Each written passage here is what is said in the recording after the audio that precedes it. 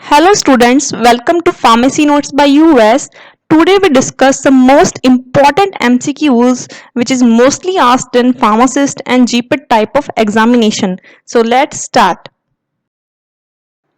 Previous videos के अंदर अपने 1 to 15 questions of pH buffer and isotonic solution देख लिए थे। अब अपन बात करेंगे क्वेश्चन नंबर 16 से, तो शुरू करते हैं। Question number 16 is the pH of the solution depend upon the concentration of, यानी कि जो पीएच है सॉल्यूशन की वो किस पे डिपेंड करती है। ऑप्शंस की बात करें कि जो पीएच है वो सिर्फ और सिर्फ एसिड्स पे डिपेंड करती है, B it is depended only on conjugated base, C depends on salt and D depends on acid and conjugated base both।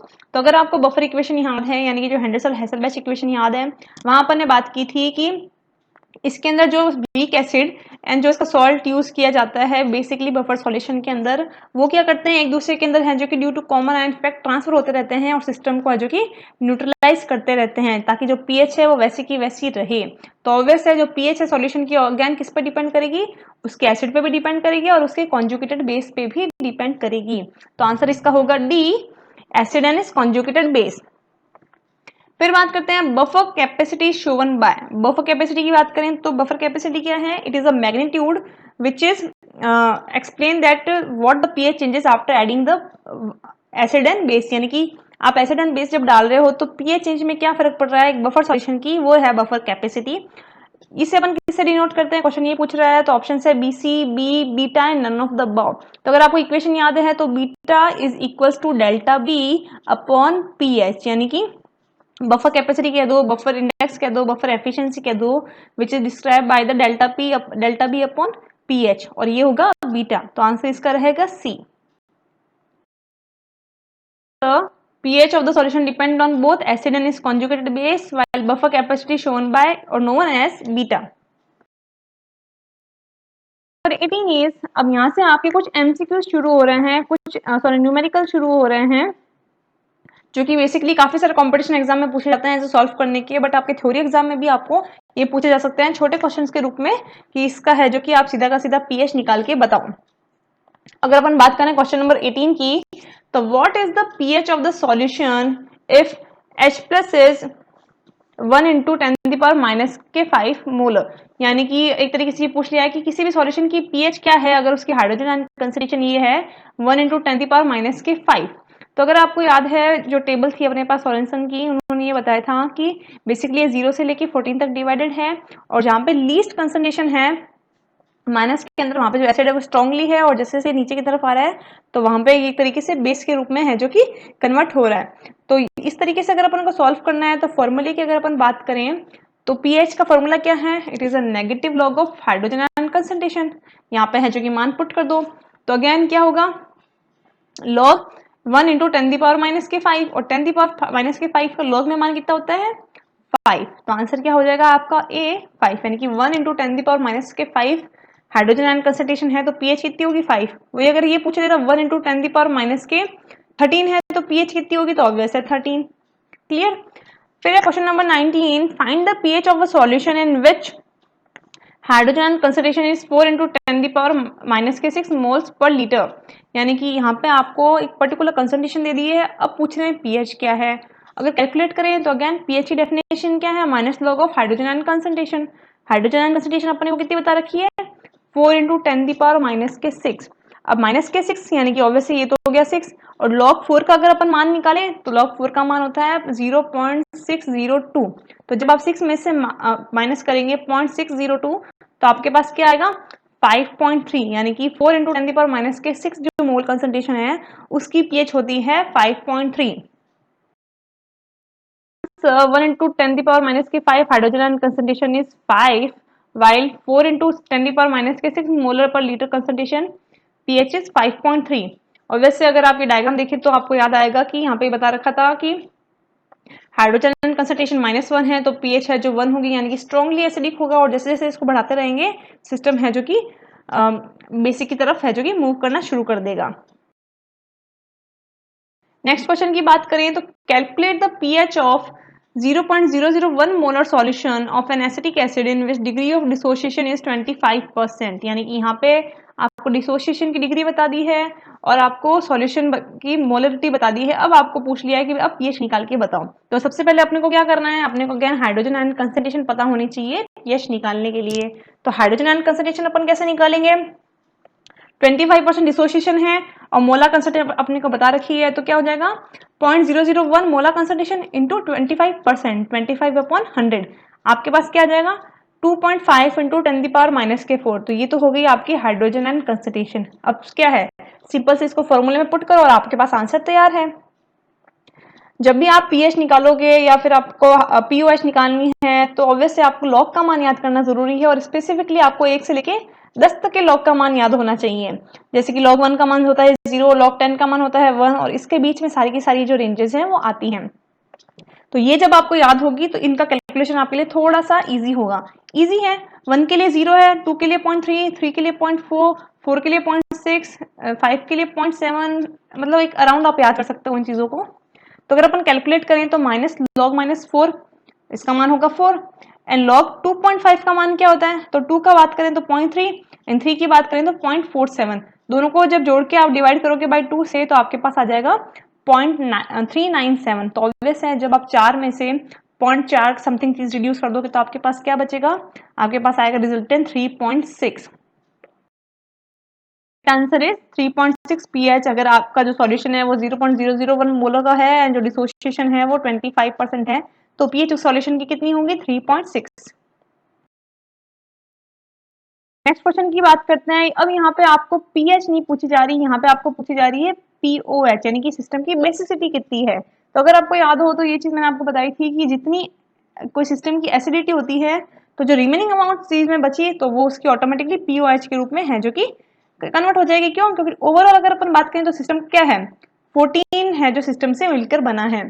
तो ऑप्शन है, क्वेश्चन है अपना find the POH of a solution having hydrogen and concentration 5 into 10⁻⁻⁴। यानी कि आपको basicity system की पता लगानी है, यानी कि हाइड्रोक्सिल आयन कंसंट्रेशन पता लगानी है सिस्टम की और आपको हाइड्रोजन आयन कंसंट्रेशन दे दी गई है। तो ऑब्वियस है जो OH है और जो H है मिलके है जो कि 14 है जो सिस्टम क्रिएट करते हैं। तो अगर अपन H निकाल लेंगे तो OH अपने पास अपने आप आ जाएगा। तो सबसे पहले अपन हाइड्रोजन आयन कंसंट्रेशन निकालते हैं। फॉर्मूला अपने को पता है -log into hydrogen ion concentration.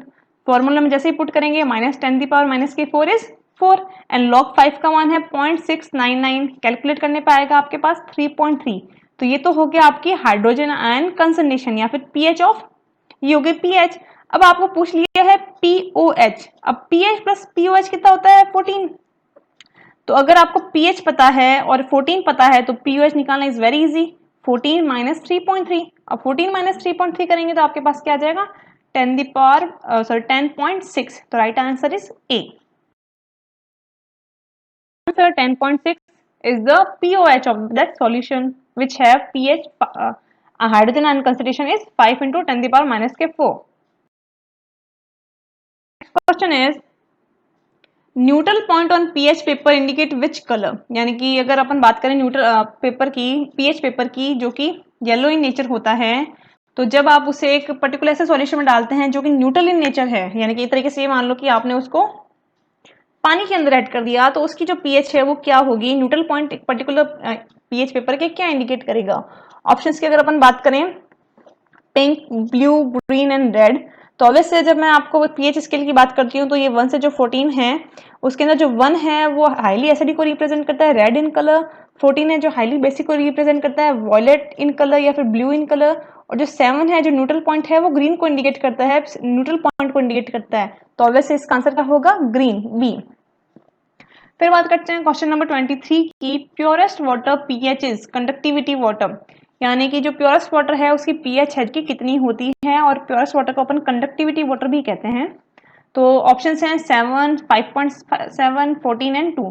तो ऑब्वियस है जो प्योरेस्ट वाटर है उसकी पीएच होती है 7। अब 5.7 अगर आपको देखने को मिले कहीं ऑप्शंस में और यहाँ पे आपको इक्विलिब्रियम वाटर मिले तो आंसर इसका रहेगा 5.7। क्यों, क्योंकि अगर नॉर्मल अपन प्योर वाटर की बात करें तो ऑब्वियस वो इन्वायरमेंट में रहता है, तो इन्वायरमेंट में CO2 है जो उसके अंदर है जो कि एंटर कर जाती है। तो this is right now not a conductivity water, वहां पे उसे अपन इक्विलिब्रियम वाटर कहेंगे जिसकी पीएच 7 से चेंज होके 5.7 रह जाती है।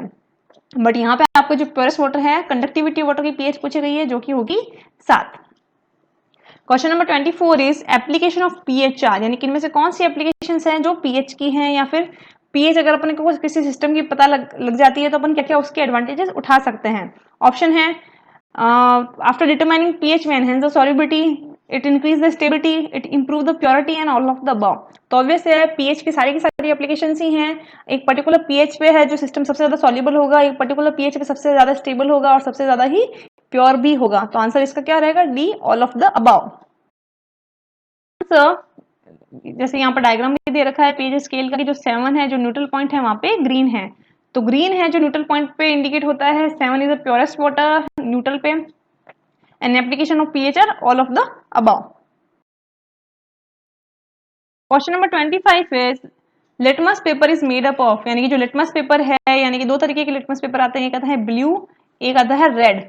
और जब आप ब्लू को एक एसिडिक मीडियम में डिप करते हो तो वो रेड इन कलर हो जाएगा, और रेड लिटमस पेपर को आप एक बेसिक सॉल्यूशन में डिप करते हो तो वो ब्लू इन कलर हो जाएगा। इनकी एक प्रॉपर्टी होती है, क्योंकि इन पेपर पे एक पर्टिकुलर लाइकेन है जो कि लेप किया जाता है, उसकी प्रॉपर्टी ऐसी होती है कि डिफरेंट पीएच पे वो अपना कलर चेंज कर लेती है। तो क्वेश्चन अपने को ये पूछ रहा है कि जो लिटमस पेपर है वो मिलके किससे बने होते हैं, तो ऑब्वियस है it is made up of cellulosic lichen, ये लाइकेन से मिलके बने होते हैं। तो राइट आंसर इज ए।